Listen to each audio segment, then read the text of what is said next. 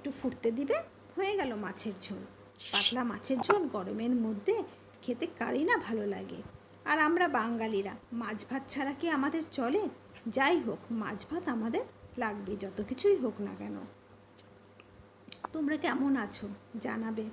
আমি খুব তাড়াহুড়া করছি আজ, কারণ আমাকে 9টার মধ্যে বের হয়ে যেতে হবে।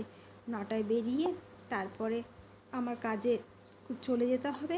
আবার ফিরতে ফিরতে বাড়িতে 3টা বেজে যায়। এর জন্য খুব তাড়াতাড়ি করছি। যাই হোক, এই দেখো মাছের ঝোলটাও আমার কমপ্লিট হয়ে গেল।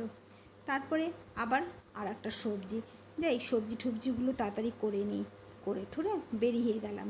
বেরিয়ে গিয়ে অটোর জন্য দাঁড়িয়ে থাকলাম। তারপরে আজ এই অবধি, আবার নেক্সট দিন দেখা হবে।